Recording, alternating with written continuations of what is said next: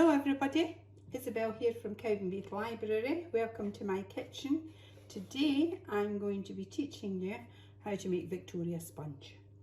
Now it's very simple, there's not much could go wrong with it, but I'm going to show you some pointers before I start. Now what I use here is, for ease of removal, is a loose base tin, okay? It has a spring on the side. You just pop your base in, make sure you get the right way up, and turn the clip. That holds the base in place. Now what I do with it then is I don't grease it and flour it. I tend to just cut out greaseproof paper and line my tin with greaseproof paper. I find as well that that makes it easier to come out. Just let you see how it's done. I cut a circle for the bottom, which is just drawing round the bottom of the tin, and then I cut two strips the same around the sides. Very easy. And that's it, flow it lined in. That'll come out with the cake when the cake comes out. Okay. Now, something else today, margarine or butter, always at room temperature. Don't have it in the fridge and use it straight from the fridge. The same with your eggs. Never use them straight from the fridge when you're baking, because it inhibits the rise of the cake, and we want to stimulate the rise of the cake rather than inhibit it. So always have them at room temperature. So what I've done today, I'm actually making a big cake, but I'll tell you what would be in my wee one if I was going to be making a wee one. You would have 8 ounces of self-raising flour, 8 ounces of caster sugar, 8 ounces of margarine, 4 eggs. You're actually cutting the amount of, for the amount of eggs you need. Alright, you've got 8, so you need 4 eggs, okay? Always make them large eggs, not small eggs, they're too small. You want them as large eggs, okay? Some vanilla essence, I just tend to pour it a wee bit, and 1 teaspoon, make sure it's a teaspoon of baking powder. Now don't use bicarbonate of soda because it's different from baking powder. Baking powder has 2 raising agents in it together, okay?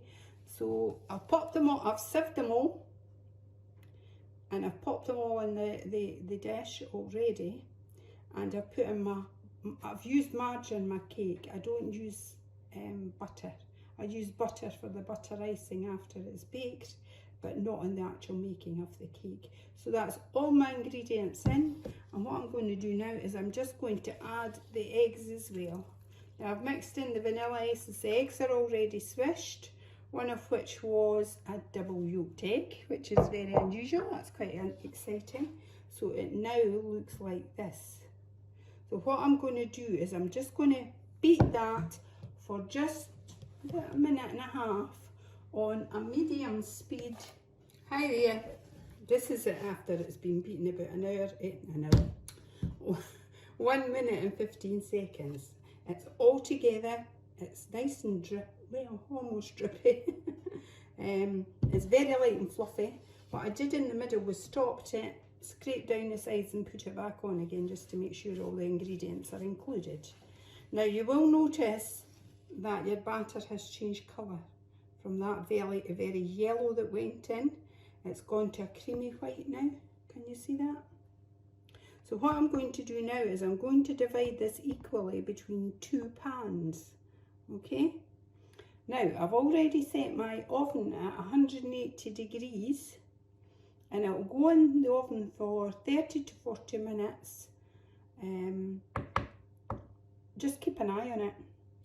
And when you're testing your cake, if you just use a skewer and pop it in the middle, don't open the oven at 20 minutes though, because the danger is if you open it at 20 minutes, your cake will sink. You want to leave it nearer the 30 before you try it, because you don't want it to sink. And if it's too raw, it will sink in the middle. So pop a skewer in the middle, pull it out, and if it's ready, it will be a clean skewer that comes out, not one that's all sticky in the middle.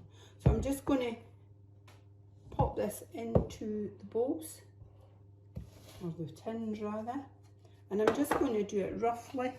Doesn't need to be an exact science. Just going to let you see these cake tins before they go in the oven. I've just spread out the mixture as much as I could. That's one. This is the other. And I'm just going to pop them now into that oven at 180 degrees and just give them a good cook. The cakes are out the oven, and here they are. Okay. If I put them both together, you'll see it makes a nice thick cake. And that's without the filling, okay?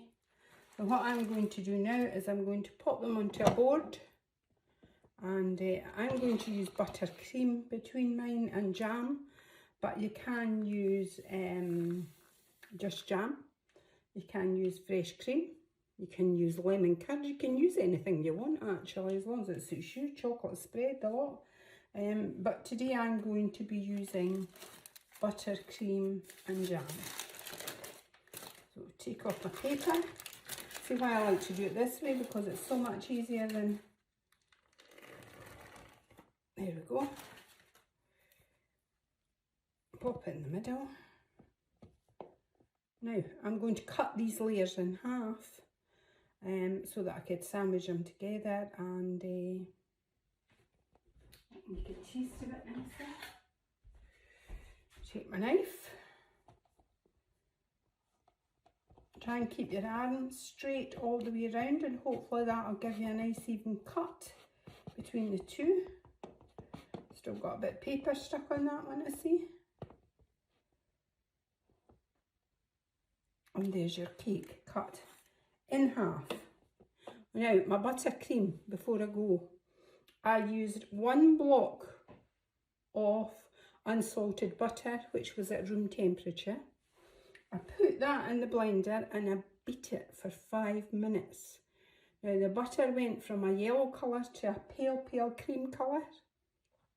Now, in that I added some vanilla extract, and I also added 1 pack, a small pack of icing sugar, which was sifted. Popped that in with the butter and beat it again till it was nice and creamy.